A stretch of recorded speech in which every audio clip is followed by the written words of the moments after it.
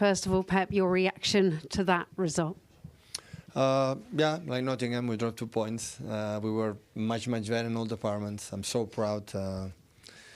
Yeah, a little bit resume a little bit these 2 games. You know, we don't score enough goals, you know, to win the games. Of course, after Champions League games, we are not able to play 90 minutes, the same like 50-20. But how you create and deflection is not easy because they defend well, Nuno all the time, but we control the transitions really well. So the players over there, and we had the chances, but unfortunately we could not score. One of the greatest managers to grace this game in Europe and follow on the success of Sir Alex Ferguson said ahead of this match that if Manchester City drop points here, the title's over. Who said that? You did. I did? Yes. I did see if we lose. I know 9 points is a lot of points, but we have 1 game in hand. We have, listen, of course it's difficult. So we miss a lot of chances during the season, and you shoot a score, and we did it. I remember Sunderland away, especially when it started the new year. We make a November, December, unbelievable. We won all the games, and in the moment that we make the step, undeservedly, because always I try to say when the other one is better, knowledge. So we draw in Arsenal in the beginning of the season. We don't deserve the points. We lose in Old Trafford. We deserve it. Always I like to think about it when someone deserves something for the way do it win. But that game is like that, and the lack of goals, we didn't score enough goals this season. That is the problem.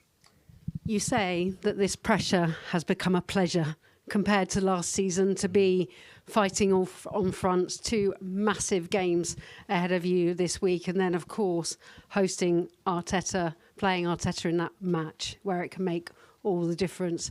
Talk about this rivalry with Mikel and what this season means to you as a manager. No, nothing special. So he's doing an incredible job for many years.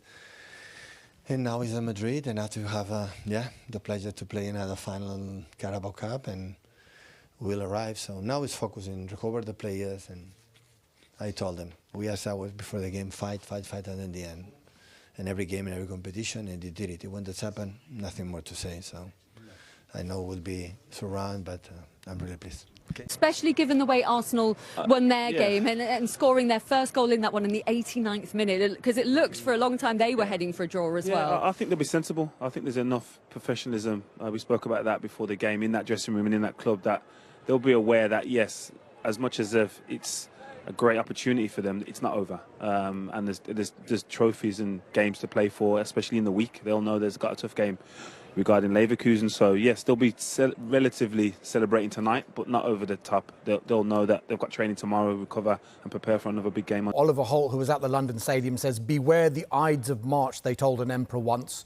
And as Sunday dawns, Pep Guardiola will wake knowing that this may have been the weekend when the Premier League title slipped away from his Manchester City team. It may have been the weekend when the decisive blows were struck. But if you go back a few days as well, it feels almost like a season-defining week in the wrong way for Manchester City following what happened in Madrid as well. Yeah, absolutely, and especially given we know Guardiola's really obsession with what the Champions League is and what it represents. And given that Ollie's talking about empires there, it's hard not to get into kind of bigger themes here, because I must say I do wonder whether we can point at a lot of issues with City right now.